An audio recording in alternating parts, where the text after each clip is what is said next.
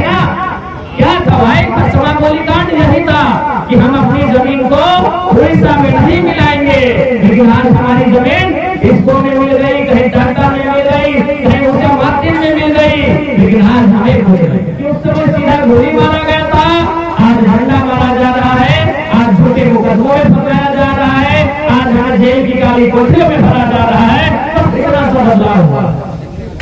आज भी स्थिति वही है। उस समय गोलीकांड में शामिल थी उड़ीसा की मिलिट्री फोर्स यानी उड़ीसा की सरकार, और आज की गोलीकांड में शामिल है कि उद्योग घराने, आज ये कंपनी शामिल है आज की गोलीकांड में। हमको वहां आए हुए थे श्रद्धांजलि देने के, लेकिन कल शाम से लेकर अभी तक लगभग हमें 1 दर्जन आवेदन मिला है, 1 दर्जन शिकायत हमें मिला है। उन शिकायतों में क्या लिखा है कि नवा मुंबई में किसी ने हमारे जमीन पर पाइपलाइन बिछा दिया है, किसी ने हमारे जमीन पर कारखाना बढ़ा दिया है, लेकिन हमें आज तक मुआवजा नहीं मिला। खरसवा का गोलीकांड वही था, जमीन बचाने की लड़ाई थी। आखिर खरसवा का गोलीकांड क्या था? खरसवा का गोलीकांड था जमीन बचाने की ही लड़ाई थी कि वे लोग खरसवा का हिस्सा उड़ीसा में मिलने नहीं देना चाहते थे। क्या था खरसवा का गोलीकांड? जमीन बचाने की ही लड़ाई थी, भाषा संरक्षण की ही लड़ाई थी, स्वाभिमान अस्मिता की लड़ाई थी, यही थी ना? क्या था भाई? खरसवा गोलीकांड यही था कि हम अपनी जमीन को उड़ीसा में नहीं मिलाएंगे, लेकिन आज हमारी जमीन इसको में मिल गई, कहीं टाटा में मिल गई, कहीं उसे मार्टिन में मिल गई, लेकिन आज हमें मिल गई। आज बहुत सारे मीडिया वाले भी बैठे हैं, हम तो कहते हैं कि आप उद्योग के विरोधी है क्या? नहीं, हम उद्योग के विरोधी नहीं, हम कंपनी फैक्ट्री के विरोधी नहीं है।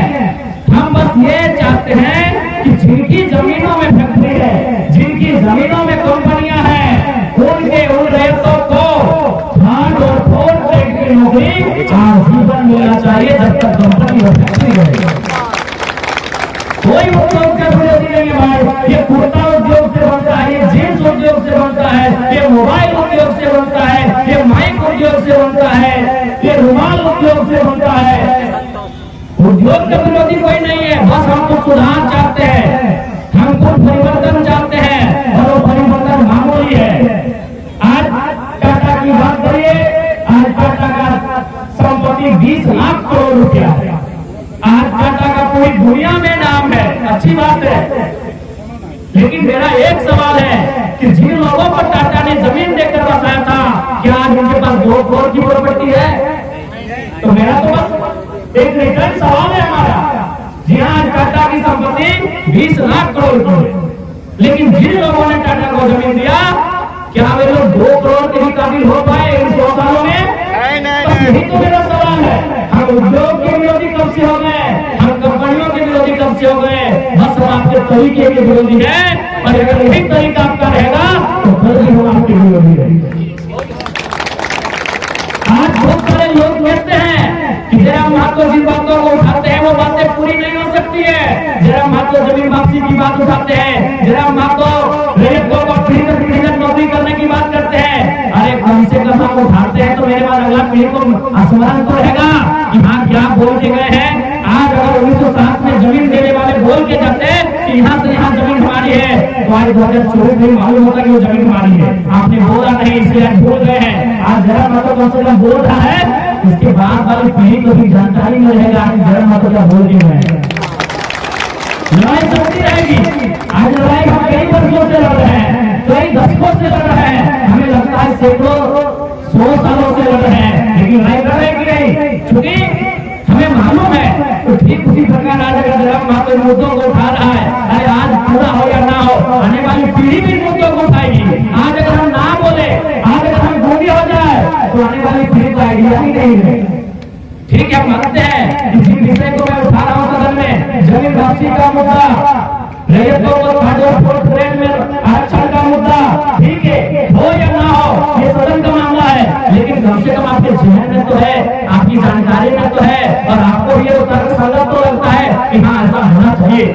मेरे बात तो जरूर उठाएगा, लेकिन आज अगर जयराम महतो ना बोले तो मेरे बात कौन बोलेगा फिर? इसलिए मैं जो विषय उठाता हूँ, भले वो टेढ़ी खीर हो, भले वो असंभव दिखता हो, हो, लेकिन हमें उस विषय में बढ़ना चाहिए, हमें उस विषय में आगे बढ़ना चाहिए। बस हमारी यही तो फरियाद है। आप बताइए हम क्या विषय उठाते हैं? आज देखिए एक भाई आके बताए कि सीओ प्रति डिसमिल 1000 रुपए मांग रहा है। हम जमीन की लड़ाई कौन की लड़ रहे हैं? सरायकेला गोलीकांड की कहानी हमारे साथ आज भी दोहराई जा रही है। बस फर्क इतना है कि वहाँ 50,000 लोगों को एक साथ गोली मारा गया था, यहाँ कभी 5 लोगों को मारा जाता है, कभी 50 लोगों को मारा जाता है, कभी 500 लोगों को मारा जाता है। फर्क इतना है कि वहाँ जान से मारा गया था, आज लाठी डंडे से मारा जाता है। फर्क यह है कि वहाँ मिलिट्री से मारा गया था, यहाँ झारखंड पुलिस से मारा जाता है, कभी सेशन कभी सीआरपीएफ के बहाने हमें मारा जाता है।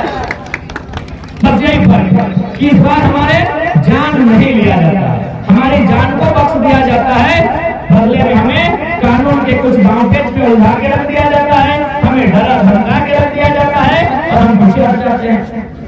इसलिए आज हमें लगता है झारखंड की जनमानस को एक पूरा कुल उड़ान की आवश्यकता है। आज देखिए स्टूडेंट वो 15 सालों से 10 सालों से किसी एग्जाम की तैयारी करते हैं, जब उनको लगता है कि नहीं हमारे साथ धोखा हुआ है, वो कभी सड़क जाम कर देते हैं, कभी आगजनी जैसी घटनाओं को अंजाम देने से पीछे नहीं हटते हैं, तो बहुत सारे और घटनाओं को अंजाम दे देते हैं, जबकि वो नौकरी की तैयारी 10 साल से करते हैं ना। लेकिन जो युवा जो स्टूडेंट 10 साल से नौकरी की तैयारी कर रहे हैं, उनके अंदर इतना गुस्सा है कि जमीन बनाने में हमें कई पीढ़ी लगी है, हमारा गुस्सा कितना होगा। अरे भाई जबकि वो नौकरी की गारंटी नहीं है, वही युवा जो तैयारी कर अच्छी बात है, वो स्टूडेंट है, वो पार्टिसिपेट किया है, लेकिन क्या वो गारंटी को नौकरी उसको मिलेगी? लेकिन वो जमीन हमारी गारंटी है, तो हमारा गुस्सा कितना होना चाहिए? एक 10 साल की नौकरी की तैयारी करने वाला युवा गुस्से में इतना आग बबूला होता है कि सड़क को रोक के रख देता है, रेल और बसों को रोक के रख देता है। तो सोचिए जो कंपनियां हमारी जमीन मनमाने ढंग से ले रही है, जिस जमीन को बनाने में कई पीढ़ी लगा, एक पीढ़ी में जमीन नहीं बना होगा और कई पीढ़ी तो लगा ही लगा है, साथ में कई 100 सालों से जमीन हमारे पास है।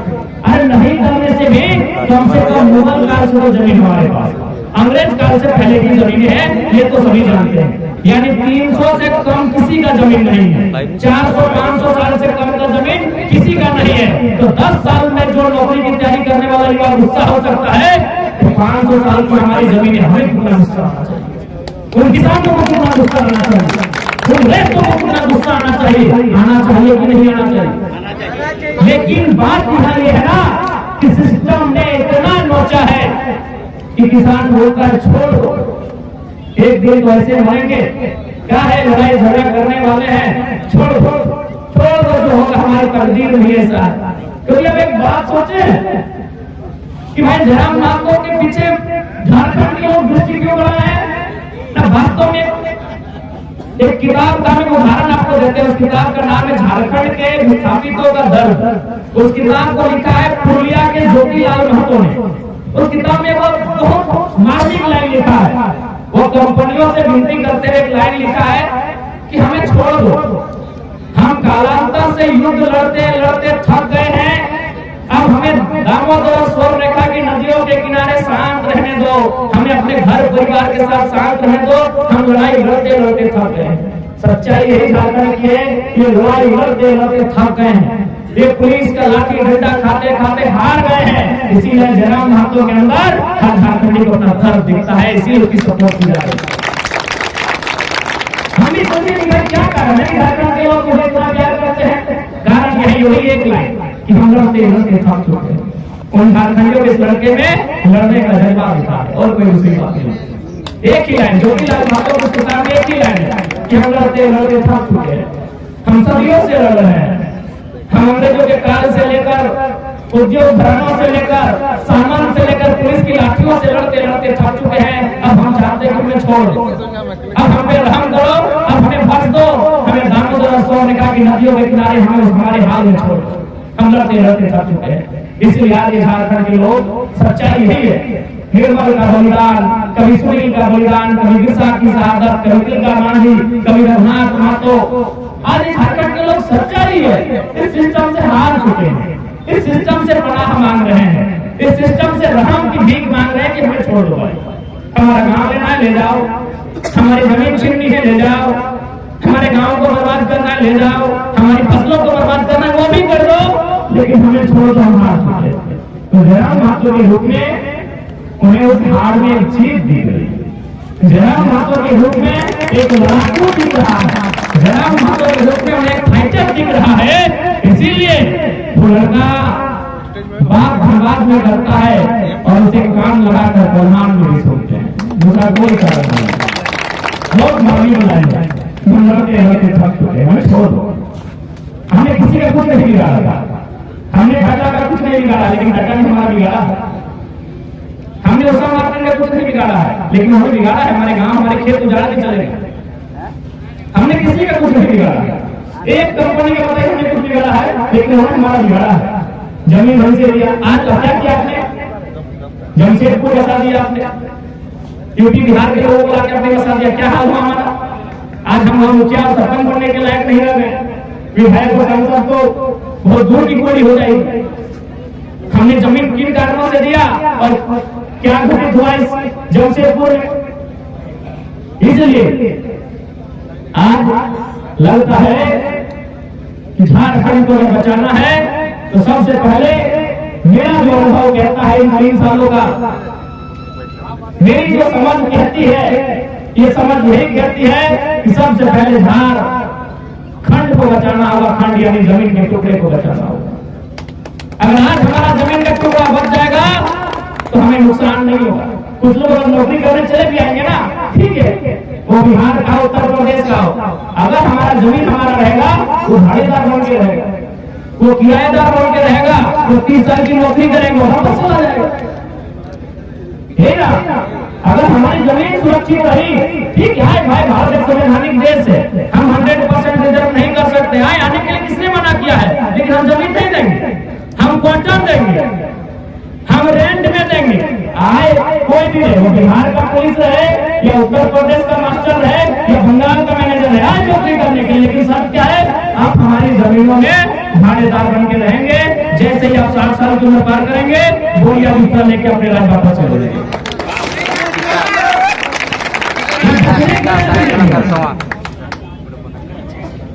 इसीलिए जमीन को बचाने की आवश्यकता है, इसलिए इस बार के सदन में मेरा महत्वपूर्ण मुद्दा केवल और केवल विस्थापन का रहेगा, रेतों का रहेगा और जमीन संबंधित रहेगा, ये बहुत बड़ा विषय है। अगर जमीन ही नहीं रहेगा तो देख लीजिए जमशेदपुर की कहानी, ये बड़ी बड़ी इमारतें, ये बड़ी बड़ी दुकानें और आपका जूता सिलाई का दुकान नहीं है, तो हमें बता दीजिए, महरिया में, आदित्यपुर में, बिष्णुपुर में, सोनारी में, साक्षी में, मानगो में, गोलमुरी में, कभी बताइएगा आपके जूता सिलाई का बढ़िया दुकान है, बताइएगा आपका कपड़े का दुकान है, बताइए क्या है, आप केवल और केवल कस्टमर बन के रह गए, ऑनर कोई और बन गया है। इसलिए कुछ भी देंगे, जमीन रेंट में देना है, जमीन लीज में देना है, हमेशा के लिए ना मिले, ये कानूनी व्यवस्थाओं को मजबूत करने की आवश्यकता है, और नहीं तो जमीन गया यानी लोग गए यानी भाषा, संस्कृति, शैली, परंपरा सब खत्म हो गई, सब खत्म हो गई।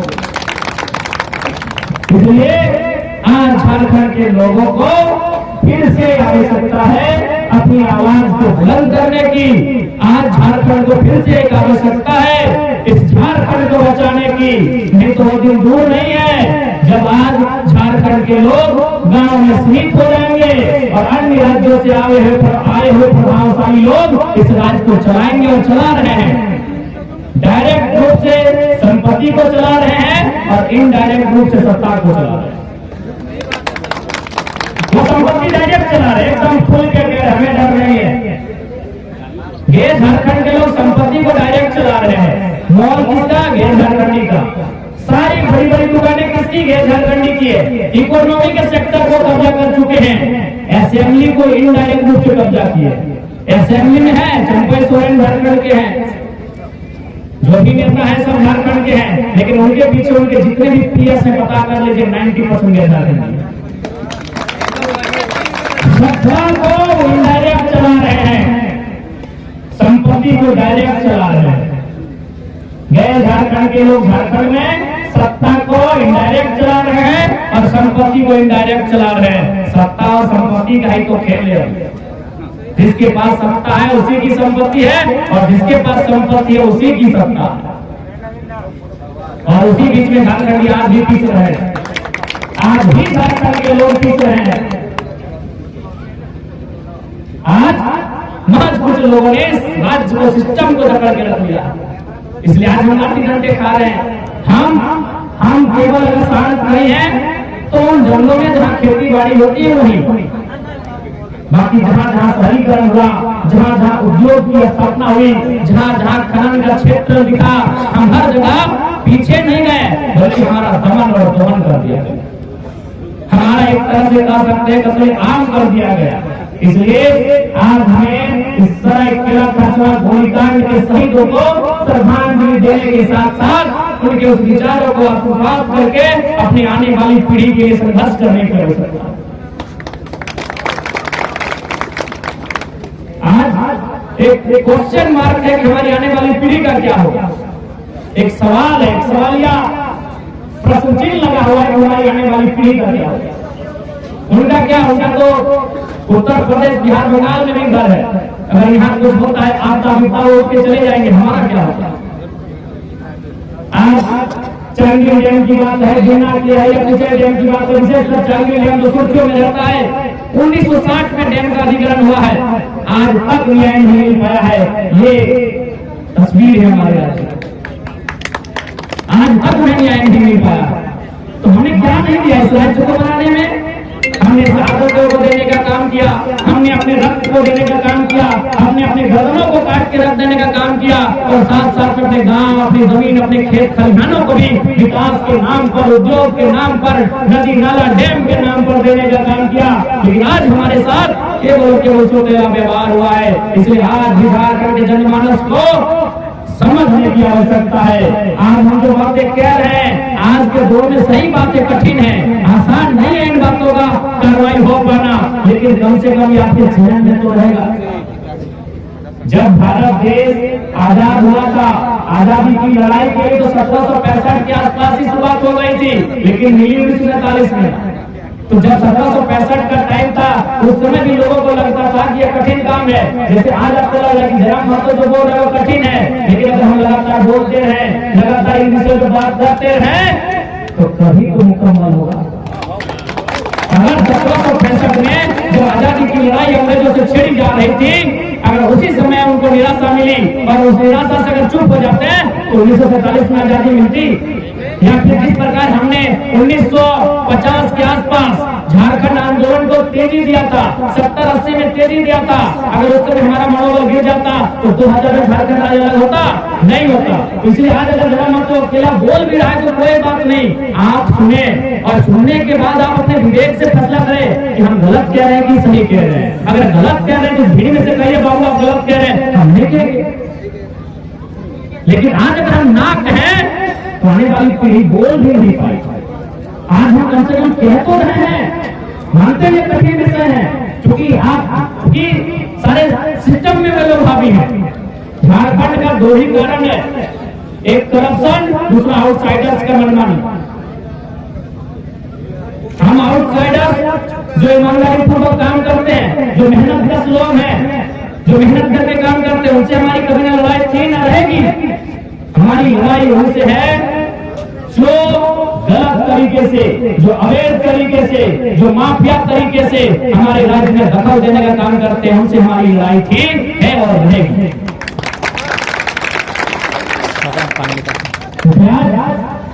झारखंड के जनमानस को ये समझने की आवश्यकता है कि गोलीकांड हमारे साथ आज भी हो रहा है। कोई ऐसा जगह नहीं है कि जहां हमारे साथ गोलीकांड नहीं हो रहा है। आज भी उनकी जमीन नजर वहीं पर थी जहां आज से 100 साल पहले थे। आज भी वही नजर, आज से 100 साल पहले उनकी नजर कहां थी? हमारी जमीन में ठीक टाटा ने एक्वायर कर लिया था 7 में, उससे 100 साल पहले कहां थी? रघुनाथ महतो है, चाहे तिनका मांगी रही लड़ाई क्या थी? जमीन की लड़ाई थी। उससे 100 साल पहले भी उनकी नजर हमारी जमीन में थी, उसके 100 साल बाद भी उनकी नजर हमारे जमीन में थी, और उसके 100 साल बाद यानी आज भी उनकी नजर हमारी जमीन पर ही है, हमारी जमीन पर ही है। ठीक यही है, आज भी उनकी नजर हमारी जमीन पर है। उस समय भी गोलियों से मारते थे, उस समय भी तोप से मारते थे, अब कानून के दांव पेच से मारते हैं। अभी सीसीएल गए थे तो होता है कि बहुत दांव पेच है इनको नौकरी के लिए, और वहीं उसी सीसीएल में करोड़ों का कोयला बाहर के माफिया दिन दहाड़े बेच रहे हैं। उनके लिए कोई कानून नहीं है, उनके लिए कोई दांव पेच नहीं है। इसीलिए क्योंकि झारखंड के लोग ये सच्चाई है, लड़ते लड़ते हार मान चुके हैं, लड़ते लड़ते थक चुके हैं। इसीलिए आज वो रहम मांग रहे हैं। अपनी जमीन गंवाने के बाद वो रहम मांग रहे हैं। अपनी जमीन देने के बाद वो डिमांड करते हैं कि हमें अच्छी पानी दीजिए, हमें बिजली की सुविधा दीजिए, हमें पुस्तकालय की सुविधा दीजिए, और बाहर के लोग सीधे वहाँ 1000 करोड़ का टेंडर ले लेते हैं, क्योंकि झारखंड के लोग हार मान चुके हैं। और उसी हार के बीच जयराम महतो एक भुगतान लेकर आया है। इसीलिए लोग उसे सोचते हैं, समझ करते हैं कि चलो डरे सहमे लोगों के बीच कोई तो आया है जो विधायक बनने के बाद भी गर्दन और विधायक की जेब में लेके चलता है। डरे सहमे लोगों के बीच कोई तो आया है।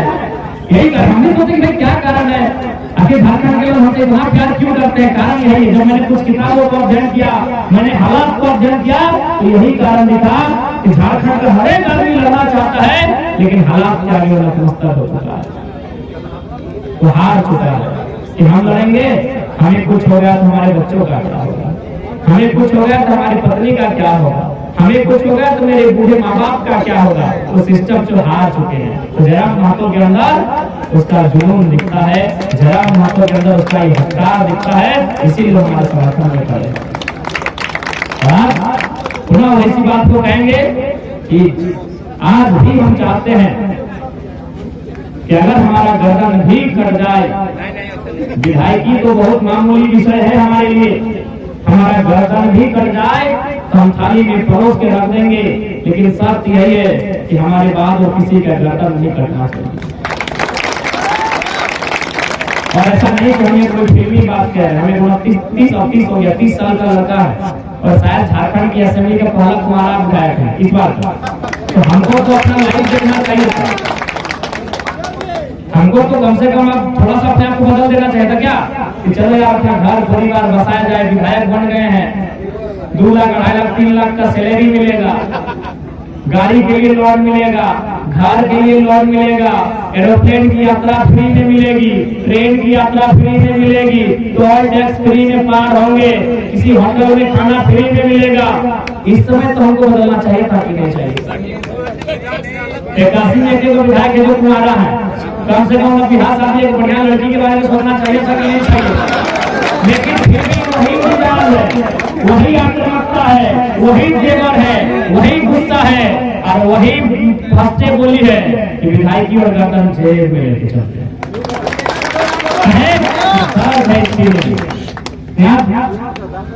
अब तो हम चाहेंगे तो बदल भी जाएंगे, तो अब क्या कर लेंगे। चलिए ठीक है, अब हम अगला बार वोट नहीं देंगे, हम किसी पार्टी में चले जाएंगे। उस पार्टी का अपना खुद का वोट होता है कि नहीं, पार्टी का वोट होता है कि नहीं। लेकिन आज भी हम सबसे युवा विधायक झारखंड का, इस सदन का एकमात्र तुम्हारा विधायक झारखंड का, लेकिन फिर भी हम ऐसो आराम की नहीं, कांटों की रास्ता को चल रहे हैं। मेरे घर पे विधायक बनता तो क्या करता, मैं सारे दोस्तों के साथ किसी नदी के किनारे जाता, पूरी जाता, दीघा जाता, गोवा जाता, जाता कि नहीं। एक 30 साल का पुराना युवा विधायक नए साल में क्या करता, अपने दोस्तों के साथ पार्टी करने जाता, पार्टी सार्टी करता। लेकिन आज जयराम महतो क्रांति की बात आज भी कर रहा है, आज भी वो कांटों की रास्ते में चल रहा है कि नहीं, क्योंकि हम चाहते हैं इस राज्य में बदलाव हो। इसलिए हमें आज फिर कहेंगे, कोई हम बनावटी बात नहीं कर रहे हैं, कि हम कोई एक कहने और भाषण की बात नहीं कर रहे हैं। जिस दिन हमारे गर्दन को चाहिए, लेकिन साथ है कि मेरे गर्दन के बाद उसकी गर्दन नहीं करनी चाहिए। बस एक चीज तो शर्त है कि मेरे गर्दन के बाद और कोई दूसरी गर्दन झारखंड की नहीं करनी चाहिए। बस एक ही यही मेरा सोच है। बाकी जिस दिन चले कम से कम बदलाव तो होगा। अगर मेरे गर्दन कटने से झारखंड में बदलाव होगा, रैयत विस्थापित को हक मिलेगा, सामाजिक न्याय की स्थापना होगी, तो मुझे अपने गर्दन से एक जरा भी प्यार नहीं। लेकिन वही सच है कि मेरे बाद फिर कोई गर्दन है।